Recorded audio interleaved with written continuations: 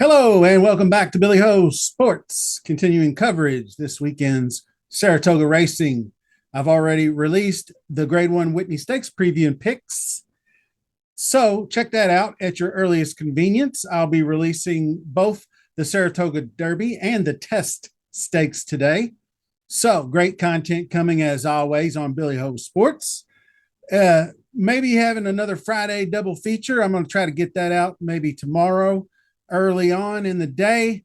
All this means that subscribing to the channel and clicking that like button assures you you're not going to miss any of my content. Will also help spread that content to other horse racing enthusiasts, and it brings our community closer together. I like that a lot. Jump on X and follow me at Billy Ho Sports while you're at it, and let's get started. Race number 7, Saratoga Derby, 9.5 furlongs on the turf for 3-year-olds.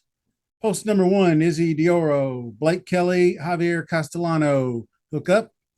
4th in the Tail of the Cat Stakes at Monmouth, 3-year-old by Get Stormy. Weakened late in the stretch. One going this distance previous to that, setting a slightly slower pace. Not really a ton of interest there. Post number 2 is Cugino, and that's Shug McGahee and Irad Ortiz. 3-year-old Colt by Twirling Candy earned a 91 Brisnet figure in the Audubon Stakes with an excellent win. Led wire to wire, setting pretty honest fractions, pulled away to win by 4.5. Previous 4th place finish in the Grade 2 American Turf, going up against a really up-and-coming turfer named Trickery and Laginos, who is a recent turf convert but is running very well. So he defeated that horse in the Audubon, by the way. Post number 3, Legend of Time, is trained by the Charlie Appleby. William Buick rides. Top-rated 3-year-old in the field by 3 stars. Finished 3rd in the Belmont Derby. Had the inside post. Making the stretch, got caught up on the inside, and that just happens on these turf races. If you're stuck inside, saving ground, you just got to hope something opens up. He kind of had to check up a little bit, cost him a little ground. Trickery went on to win. White Palomino, who's entered in this race, ran 2nd. That brings us to post number 4, Diego Velasquez, and that's Aiden O'Brien. Charlie Appleby and Aiden O'Brien prime power number because it's coming overseas. That's probably the only drawback to this horse, is that it's running its first race in the USA off the travel, but it's had plenty of time to acclimate. So depending on what happens, and I'll get to a very, very important point, so stick around when we get to past performances. So post number 5, Deterministic, Chris Clement, Joel Rosario, sired by Leon's Map, coming off 3rd place in the Manila Stakes. This one actually did try to dip his toes into the Derby Trail early on, if you remember. Ran in a couple of the prep races, but didn't work out real well. Took right to the turf, though, in his first effort, which is very promising. That 3rd place in the Manila is pretty solid. But the only thing that I would nitpick on that was jockey Dylan Davis made a mistake. When they hit the turn, instead of going wide like he should have, he tried to dip back inside, and then he didn't have any room, and then he had to go wide, and he lost just enough ground where it likely cost him the race. So that happens. I mean, it's just, you have to be split second with those decisions. If he goes inside and there's room, he probably wins the race, and he looks like a genius. So anyway, no knock on Dylan Davis as a jockey. I just thought he just chose poorly. You know, you got 2 chances. I'm always err on the side of get outside of them. That way, if you're inside a horse's at all, you don't have to worry about it opening up. You dictate your own pace down the stretch because you're clear. So post 6, Carson's Run. This is another Chris Clement. Dylan Davis rides this one. So Davis is back on the Tail of the Cats winner. This 3-year-old by Cupid won the Grade 1 Summer Stakes last year at Woodbine, then was 9th in the Breeders' Cup Juvenile Turf, 4th in the Woodhaven Stakes, and this year, first off the layoff before winning that second out. in 2024. Post 7, Royal Majesty, Bill Mott, Junior Alvarado. Fourth in the Belmont Derby. Third previous in the Pennine Ridge. That's his last two stakes races. Pretty decent finishes. Sired by Frankel also. Ran second at Aqueduct in the Grade 2 Brooklyn Stakes. Was no match for Next, who is looks like a real star in the making there. Will need to close into a pretty hot pace, I would think, to get it done here. But we'll see. Now, finally rounding out the field is post number 8, White Palomino. Chad Brown is the trainer. Flavian Pratt rides. 3-year-old by Kitten's Joy was second to Trickery in the Belmont Derby, was out front, outlasted by just ahead by the winner in that one. Same thing happened to him in the Grade 2 Pennine Ridge, but a head bob loss to Legend of Time, who's in this race. So this front-running colt runs honest fractions, should be a top contender in this field. So we're going to look at the past performances now and see if we can suss out a winner.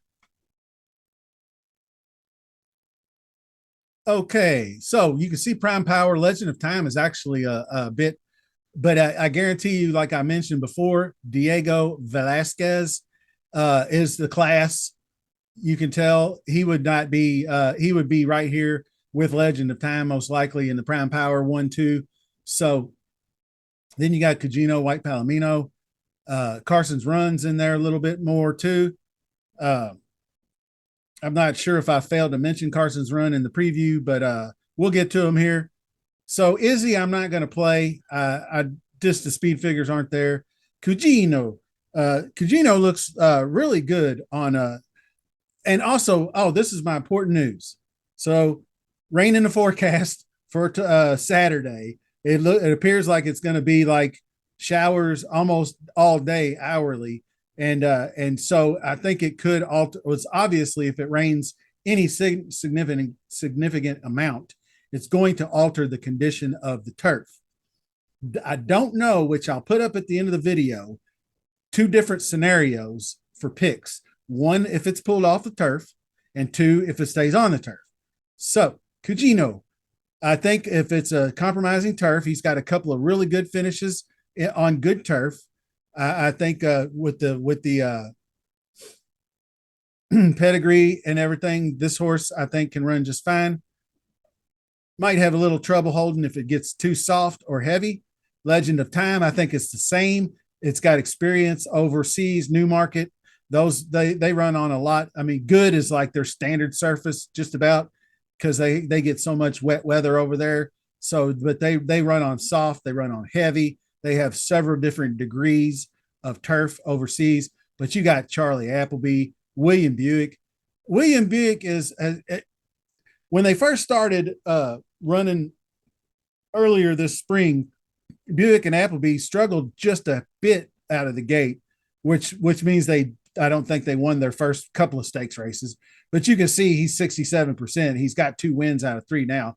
So William Buick is riding for this one. And there's the win in the Pennine Ridge. The speed figures, what I want to show you here real quick. 96 total speed figure for par. Then the 96, 98. This is what I'm looking for, is the E2 and the E and the late, and then the total speed. So you can see Cugino, the 100 E2, he didn't need as much because he got it here, but he gets in the 90s on both of these. That's exactly what we want to see.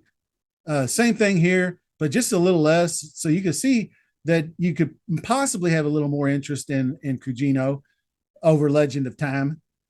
But the problem was he got a little bit lower number here because he got hemmed in. So I think it might have been a little bit different outcome. So those two are pretty close in my book. First and second in Prime Power. I don't think the discrepancy is 8 points like it shows. Here's Diego Vasquez, and this is where you start to see it. The average win distance, 9.6, which means he can run all day. He runs a lot. That's a stamina built. And then 6'9" in the Dam Sire. That's got a little bit of speed mixed into it. You got 4.45 SPI Sire Production Index. 1.0 is the national average. That is breeding. So that might be the highest number I've seen since I've been like really dialed in on this kind of stuff. But Ryan Moore, uh, you're going to see middling results in these different races because these horses beat up on each other a lot over there. But he's got a win in the last out by 7. Looked really good doing it. So I think Ryan Moore is a fantastic jockey. He's ridden August Rodin uh, for Breeders' Cups victories, and he's no stranger to the big time. Then you have Deterministic, who I will find very interesting if it pulls off the turf. Right here, 1 mile in the slop at Aqueduct. 99 is best race. The Gotham Grade 3. That's where we thought he was going to be going to the Derby. Then he just kind of fell on his face in his next 2, and then they just said, "Let's go for the turf." And so it's working out okay so far. The second place finish with Dylan Davis aboard. I told you he made him. I thought he made a slight misjudgment. I shouldn't call it a mistake. He just misjudged which way he should have gone, inside or out. But the 94 late pace is there. The 82 is, I'd like that to be a little better. Like he's got a 103 here, but that's on the dirt. So I think he's improving. I think he's just getting used to the turf maybe a little bit. So that's one thing that worries me is if it stays on the turf and it's compromised, like soft or even good, he might not like it as much and it might not run as fast. So we'll have to see. It's St. Elias Stables, big time. Here's Carson's Run, Tail of the Cat, winner. Uh, Vince Chaminade won that. Dylan Davis is back on, as you can see. So I don't really know. I mean, these are Chris Clement horses. So, Davis, I don't know if he got kicked off of the other horse that I was talking about where he Deterministic, where we just discussed. I don't know if that he said I want Rosario on Deterministic, which would make perfect sense because obviously he rode him the previous 4 races. He rode him the previous 5. So that makes sense. Moving on. Royal Majesty. Maybe since we're going on the outer turf, this square, I don't know if you've looked it up or handicapping 101. The square around the tee is the inner turf. The circle around the tee is the outer turf. Just a little FYI information. Belmont Derby. So he's running a little bit faster and a little better on the outer turf, which is what we're doing which is the conditions for this race. Junior Alvarado aboard every time. So this could be a bit of a sleeper, but I think I don't know that he's going to make the ticket because there's White Palomino. It's turf. It's Chad Brown. It's Saratoga. It's Flavian Pratt. I mean, what are you going to do? You have to include this horse, or you're just going to be tearing up your ticket and throw it in a garbage can. Second by a head twice in a row. I don't think he's got the second-itis because he's just too lightly raced. He just came off the maiden victory, so just moved up into straight to grade 2 company and grade 1 company and just lost by a head. This horse could probably win the race. So on the turf. Anyway, that rounds out the field. Let's jump over and finalize our selections and get on out of here. All right. As I mentioned, there is rain in the forecast Saturday. So if it does get taken off the turf, I like Deterministic as the play. I think the Gotham win at Aqueduct was in the slop, best of his career. On the dirt, he's no stranger. So I think he'll acclimate just fine to that. The turf could be compromised. I think that if the event stays on, good to soft. So if that's the case, Diego Velasquez will probably be the top choice. Mixed in Cugino, White Palomino, and Legend of Time underneath. But I wouldn't leave any of these horses out for the win because any of them can win in their own right. It's going to be a really tough race to call. So you might be better off just, plunking down the extra change or just, take a stand and make a win place or something like that. So that's going to cover the Saratoga Derby. Next up is the test. Remember to subscribe to the channel. Clicking that like button goes a long way. Stay tuned for some more racing fun. See you soon.